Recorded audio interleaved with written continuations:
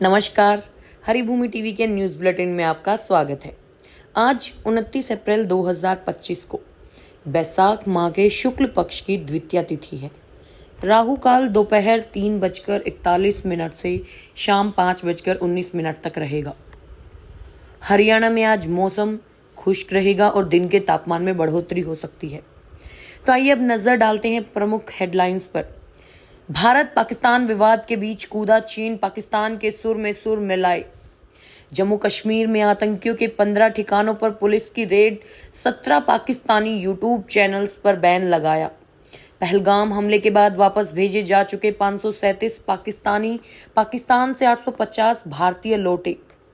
भारत को फ्रांस से मिलेंगे 26 राफेल नेवल विमान, परमाणु हथियार पर ले जाने की क्षमता।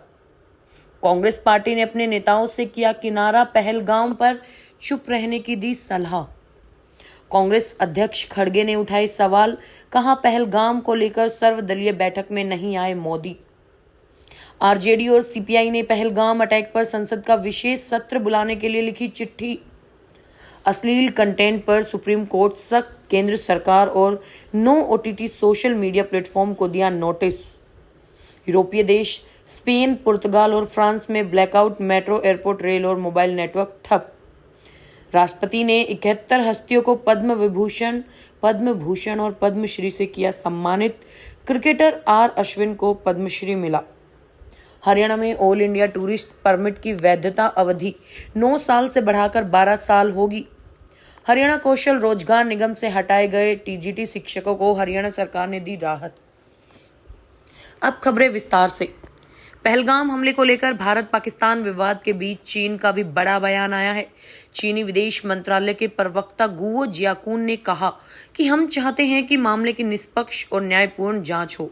चीनी प्रवक्ता से जब सवाल किया गया कि पाकिस्तान चाहता है पहलगाम हमले की जांच में चीन और रूस शामिल हों, तो उन्होंने इस पर कोई जवाब नहीं दिया। जब उनसे पूछा गया कि पाकिस्तान से जम्मू कश्मीर में सीमा पार आतंकवाद को बढ़ावा देने के आरोप लगते रहे हैं, तो इस पर भी प्रवक्ता सवाल को टाल गई। जियाकुन ने कहा कि भारत और पाकिस्तान दोनों पड़ोसी देश हैं। चीन उम्मीद करता है कि दोनों देश एक दिशा में काम करेंगे और आपसी मतभेदों को बातचीत से सुलझाएंगे ताकि क्षेत्र में शांति बनी रहे। वहीं कांग्रेस ने पहलगाम आतंकी हमले पर पार्टी नेताओं के बयानों से किनारा किया। कर्नाटक सीएम सिद्धारमैया, कांग्रेस नेता आरबी तिम्मापुर, विजय वडेतीवार, मणिशंकर अय्यर, तारिक हमीद, सैफुद्दीन सोज और रॉबर्ट वाड्रा के दिए बयानों से कांग्रेस का विरोध हो रहा। कांग्रेस महासचिव जयराम रमेश ने कहा, पार्टी नेताओं के बयान उनकी निजी राय है, ये कांग्रेस पार्टी की लाइन नहीं। किसी ने इन नेताओं को ऐसा बोलने का अधिकार नहीं दिया है। ऐसे संवेदनशील समय में हमारा प्रस्ताव सर्वदलीय बैठक में खड़गे जी और राहुल जी ने जो बोला और एआईसीसी के अधिकारी जो बोलेंगे वो मान्य होगा। यहाँ वहाँ लोग बोलते रहते हैं, उन्हें बोलना नहीं चाहिए। संवेदनशील समय में नेताओं को बोलने की जरूरत नहीं। इधर भाजपा ने कांग्रेस पार्टी पर निशाना साधा है। आरोप लगाया कि विपक्षी दल के कुछ लोग पाकिस्तान की भाषा बोल रहे हैं। रविशंकर प्रसाद ने कहा, कांग्रेस सरकार के सभी फैसलों के साथ है, लेकिन कांग्रेस के कुछ नेताओं ने जम्मू कश्मीर में पहलगाम हमले के बारे में गलत और अपमानजनक बयान दिए। अब बात करते हैं कांग्रेस अध्यक्ष के बड़े आरोपों की। जी हां, कांग्रेस अध्यक्ष मल्लिकार्जुन खड़गे ने जयपुर में कहा कि जब हमारे स्वाभिमान पर धक्का लगता है तो सभी को एक होकर काम करना चाहिए, लेकिन देश की बदकिस्मती है कि वो सर्वदलीय बैठक में सारी पार्टियों के लोग आए लेकिन प्रधानमंत्री मोदी नहीं आए। ये शर्म की बात है। देश के स्वाभिमान को ठेस पहुंचाई गई, लेकिन मोदी ने सर्वदलीय बैठक की जगह बिहार में चुनावी भाषण को चुना। ऐसा बीजेपी और प्रधानमंत्री का एटीट्यूड है। वहीं आरजेडी और सीपीआई ने पहलगाम हमले पर संसद का विशेष सत्र बुलाने की मांग की। आरजेडी सांसद मनोज झा ने पीएम नरेंद्र मोदी और सीपीआई राज्यसभा सांसद पी संतोष कुमार ने संसदीय कार्य मंत्री किरेन रिजिजू को चिट्ठी लिखी है। अब खबर पहलगाम हमले के बाद सरकार के एक्शन की। पहलगाम हमले की रिपोर्टिंग को लेकर केंद्र ने 17 पाकिस्तानी यूट्यूब चैनल्स पर बैन लगा दिया। इनमें cricketer Shoaib Akhtar, Dawn News, Samaa TV और जियो न्यूज शामिल है। सरकार का कहना है कि ये चैनल्स भारत और सुरक्षा एजेंसियों के खिलाफ झूठी और भ्रामक खबरें फैला रहे हैं। केंद्र ने बीबीसी को भी चेतावनी दी। वहीं जम्मू कश्मीर पुलिस ने आतंकवादियों के 15 ठिकानों पर रेड की। ये रेड उन आतंकवादियों के ठिकानों पर की गई है जो पाकिस्तान के कब्जे वाले पीओके से ऑपरेट कर रहे हैं और इनके लिंक पहलगाम अटैक से जुड़े हैं। अगली खबर भी पहलगाम अटैक के बारे में है। कश्मीर के पहलगाम में 22 अप्रैल को हुए आतंकी हमले में 22 लोगों की मौत के बाद सरकार ताबड़तोड़ फैसले ले रही है। अवैध रूप से रह रहे पाकिस्तानियों को देश से बाहर किया जा रहा है। मेडिकल वीजा लेकर आए पाकिस्तानियों को भी केवल आज तक की मोहलत है। अमृतसर के अटारी बॉर्डर के रविवार शाम तक 537 पाकिस्तानी वापस जा चुके हैं। वहीं पाकिस्तान से 850 भारतीय वापस आ चुके हैं। गुजरात में अवैध रूप से रह रहे बांग्लादेशियों के खिलाफ भी कार्रवाई जारी है।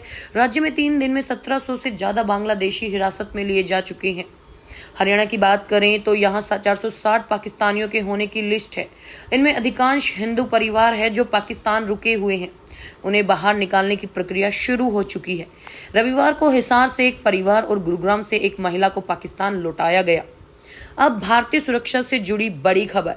भारत और फ्रांस के बीच नई दिल्ली में 26 राफेल मरीन विमानों की डील साइन हो गई। भारत की तरफ से रक्षा सचिव राजेश कुमार सिंह ने डील पर साइन किए। डील के तहत भारत फ्रांस से 22 सिंगल सीटर विमान और 4 डबल सीटर विमान खरीदेगा। ये विमान परमाणु बम दागने की क्षमता से लैस होंगे। फ्रांस के साथ ये डील करीब 63,000 करोड़ रुपए में हो रही है।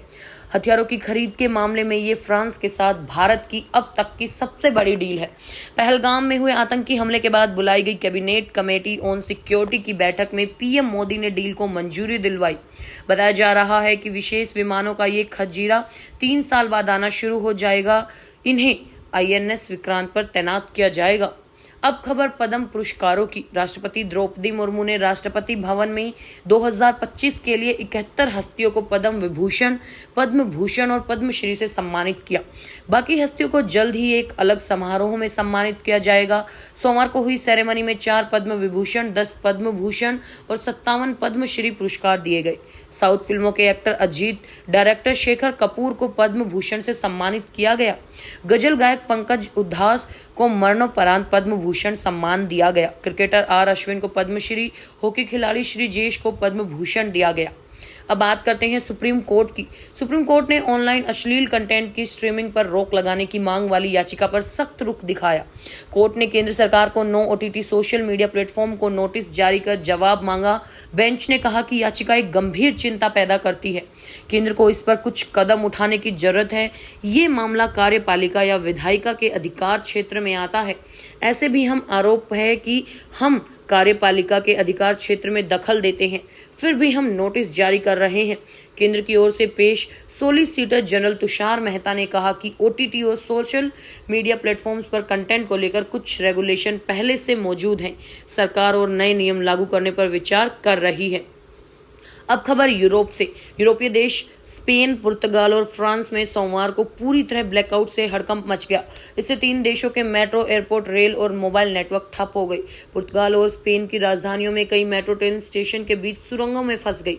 पूरे देश में ट्रैफिक सिग्नल भी प्रभावित हुआ। बताया जा रहा है कि यूरोप की इलेक्ट्रिक ग्रिड में खराबी की वजह से करीब 10 घंटे तक ब्लैकआउट रहा। अब खबरें हरियाणा से। हरियाणा के परिवहन मंत्री अनिल विज ने राज्य में ऑल इंडिया टूरिस्ट परमिट की वैधता अवधि को केंद्र सरकार के अनुरूप करने का ऐलान किया। अब परमिट 9 साल से बढ़ाकर 12 साल किया जाएगा। परिवहन मंत्री अनिल विज से अम्बाला टैक्सी ऑपरेटर यूनियन के पदाधिकारियों ने टूरिस्ट परमिट की वैधता में एक रूपता लाने के लिए पिछले दिनों एक प्रार्थना पत्र दिया था, जिस पर अब ये फैसला लिया जा रहा है। परिवहन मंत्री ने बताया कि NCR में पेट्रोल व CNG के वाहनों के लिए 9 साल की अवधि को बढ़ाकर 12 साल किया गया और डीजल वाहनों की अवधि 9 साल से बढ़ाकर 10 साल की गई। नॉन NCR क्षेत्र में पेट्रोल, CNG तथा डीजल वाहनों की अवधि को 9 साल से बढ़ाकर 12 साल किया गया। मुख्यमंत्री से इस प्रस्ताव को मंजूरी मिल चुकी है। अब रोजगार से जुड़ी एक बड़ी खबर। हरियाणा कौशल रोजगार निगम के तहत लगे TGT शिक्षकों को सरकार ने बड़ी राहत दी। सरकार ने HKRN से हटाए गए सरप्लस TGT अध्यापकों के अनुबंध को 1 साल के लिए बढ़ा दिया गया है। सरकार ने आदेश में 31 मार्च 2026 तक TGT का अनुबंध बढ़ाने के लिए कहा। सभी जिलों के जिला शिक्षा अधिकारियों को तुरंत प्रभाव से ज्वाइनिंग करवाने के निर्देश दिए हैं। अनुबंध की शर्तें पूर्व की तरह रहेंगी। HKRN में लगे TGT शिक्षक काफी समय से उन्हें पक्का करने या जॉब सिक्योरिटी की मांग कर रहे हैं।